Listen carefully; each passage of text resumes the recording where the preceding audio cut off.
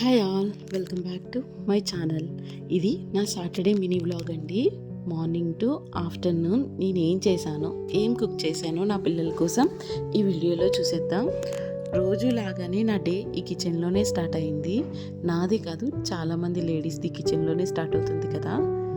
Yes, normal week డేస్లో బాగా rush ఉంటుంది, కానీ ఈ సాటర్డే నాకైతే కొంచెం స్లో లైఫ్ అండి. పీస్ఫుల్గా ఉంటుంది. హస్బెండ్ సాటర్డే లంచ్ బాక్స్ తీసుకువెళ్ళరు, క్యాంటీన్లోనే తింటారు. సో లంచ్ ప్రిపరేషన్ హర్రీ అనేది నాకు మార్నింగ్ ఉండదు, నేను నిదానంగా చేసుకుంటా. అరౌండ్ 7:30 కల్లా లేస్తాము. లేచాక పాపనికి హాట్ వాటర్ ఇచ్చా. పొమోగ్రనేట్ సీడ్స్ తింటుంది, ఆడుకుంటుంది. సో తను ఆడుకుంటున్నప్పుడే నేను ఉప్మా అనేది ప్రిపేర్ చేయడం స్టార్ట్ చేసేసాను.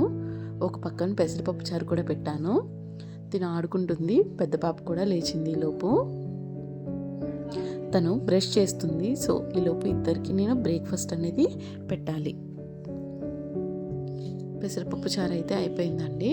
సో నేను ఇంకా ఇప్పుడు పోపు పెట్టేసుకుంటున్నాను. మీరందరూ ఏం చేస్తున్నారు? మీ సాటర్డే కూడా ఇలానే ఉంటుందా? నాకు కామెంట్లో చెప్పండి. సో పెసరపప్పు అయితే అయిపోయింది. సో ఇప్పుడు డిష్ అవుట్ చేసేస్తున్నాను. డిష్ అవుట్ చేసి పక్కకు పెట్టేసుకుందాం. నేను, పెద్ద పాప, ఇంకా చిన్న బేబీ, ఈ ముగ్గురం కలిసి బ్రేక్ఫాస్ట్ చేసేస్తాము. ఒకసారి తింటాం బ్రేక్ఫాస్ట్. వాళ్ళకి తినిపిస్తూ నేను తింటాను. సో ఇలా నా బ్రేక్ఫాస్ట్ అయితే అవుతుంది. ఆఫ్టర్ దట్ కొన్ని డిషెస్ ఉంటే క్లీన్ చేసేసుకున్నాను. వాళ్ళకి స్నానం చేయించాలి, ఇంకా కొంచెం హౌస్ క్లీన్ చేసుకుని మళ్ళా కర్రీ అనేది ప్రిపేర్ చేయాలి.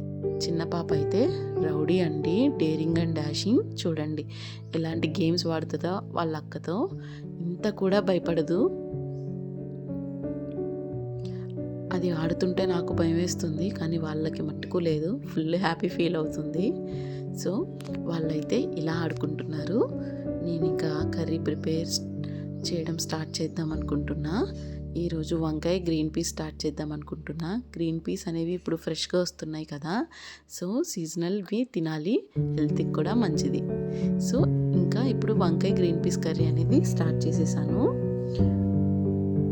నా సాటర్డే అయితే మ్యాక్సిమం ఇలానే ఉంటుందండి. No fancy things, big plans ఉండవు.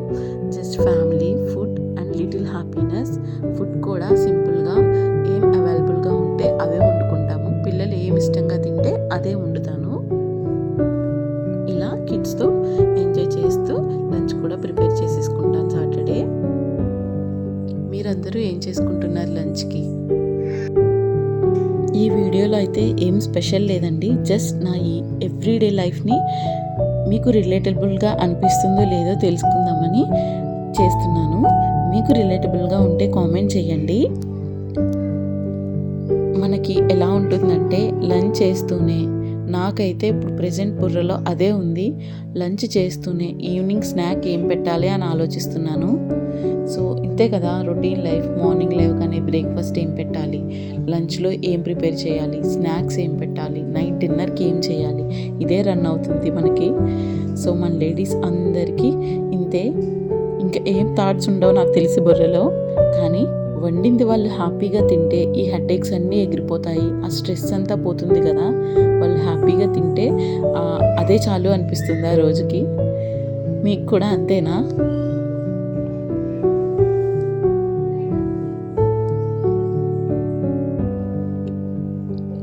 ఇలా నా వంకాయ గ్రీన్ పీస్ కర్రీని అయితే చేస్తున్నానండి.